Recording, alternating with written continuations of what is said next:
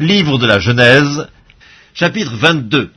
Après ces choses, Dieu mit Abraham à l'épreuve et lui dit, « Abraham » Et il répondit, « Me voici. » Dieu dit, « Prends ton fils, ton unique, celui que tu aimes, Isaac, va-t'en au pays de Morija, et là offre-le en holocauste sur l'une des montagnes que je te dirai. » Abraham se leva de bon matin, sella son âne et prit avec lui 2 serviteurs et son fils Isaac. Il fendit du bois pour l'holocauste et partit pour aller au lieu que Dieu lui avait dit. Le 3e jour, Abraham, levant les yeux, vit le lieu de loin. Et Abraham dit à ses serviteurs, « Restez ici avec l'âne, moi et le jeune homme, nous irons jusque-là pour adorer, et nous reviendrons auprès de vous. » Abraham prit le bois pour l'holocauste, le chargea sur son fils Isaac, et porta dans sa main le feu et le couteau. Et ils marchèrent tous 2 ensemble. Alors Isaac, parlant à Abraham, son père, lui dit, « Mon père ?» Et il répondit, « Me voici, mon fils. » Isaac reprit, « Voici le feu et le bois, mais où est l'agneau pour l'holocauste ?» Abraham répondit, « Mon fils, Dieu se pourvoira lui-même de l'agneau pour l'holocauste. » Et ils marchèrent tous 2 ensemble. Lorsqu'ils furent arrivés au lieu que Dieu lui avait dit, Abraham y éleva un autel et rangea le bois. Il lia son fils Isaac et le mit sur l'autel par-dessus le bois. Puis Abraham étendit la main et prit le couteau pour égorger son fils.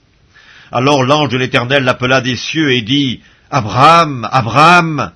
Et il répondit, « Me voici. » L'ange dit, « N'avance pas ta main sur l'enfant et ne lui fais rien, car je sais maintenant que tu crains Dieu et que tu ne m'as pas refusé ton fils, ton unique. » Abraham leva les yeux et vit derrière lui un bélier retenu dans un buisson par les cornes.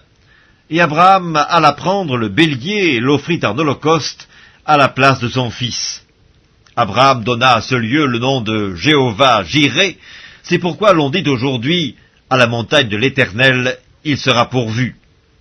L'ange de l'Éternel appela une seconde fois Abraham des cieux et dit, « Je le jure par moi-même, parole de l'Éternel, parce que tu as fait cela et que tu n'as pas refusé ton fils, ton unique, je te bénirai et je multiplierai ta postérité comme les étoiles du ciel et comme le sable qui est sur le bord de la mer, et ta postérité possédera la porte de ses ennemis.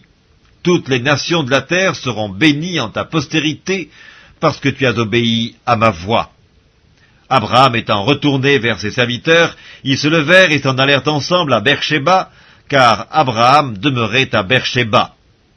Après ces choses, on fit à Abraham un rapport en disant, « Voici, Milca a aussi enfanté des fils à Nachor ton frère, Uts son premier-né, Buz son frère, Kemuel, père d'Aram, Kesed, Azo, Pildash, Gilaph et Bethuel. Bethuel a engendré Rebecca. Ce sont là les 8 fils que Milca a enfantés à Nachor, frère d'Abraham. Sa concubine nommée Reuma a aussi enfanté Tébach, Gaham, Tash et Maaca.